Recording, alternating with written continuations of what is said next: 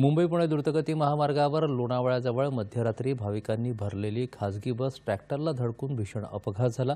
या अपघातात 5 भाविकांचा मृत्यू झाला आहे तर 43 जण जखमी झाले आहेत। जखमींना उपचारासाठी जवळच्या रुग्णालयात दाखल करण्यात आलं आहे। आषाढी एकादशी निमित्त पंढरपूरच्या दिशेने ही खासगी बस निघाली होती तेव्हा बस ट्रॅक्टरला धडकून दरीत कोसळली। या बसमध्ये डोंबिवलीतील एकूण 45 भाविक प्रवास करत होते।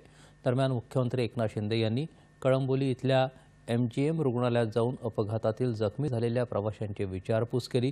अपघातात मृत पावलेल्या भाविकांच्या कुटुंबियांना 5 लाख रुपयांची मदत मुख्यमंत्र्यांनी यावेळी जाहीर केली तर जखमींच्या उपचाराचा सगळा खर्च सरकारच्या वतीने करण्यात येईल असं त्यांनी प्रसारमाध्यमांशी बोलताना सांगितलं। अपघाताविषयी सखोल चौकशी करून दोषींवर कारवाई करण्यात येईल असंही मुख्यमंत्र्यांनी म्हटलं।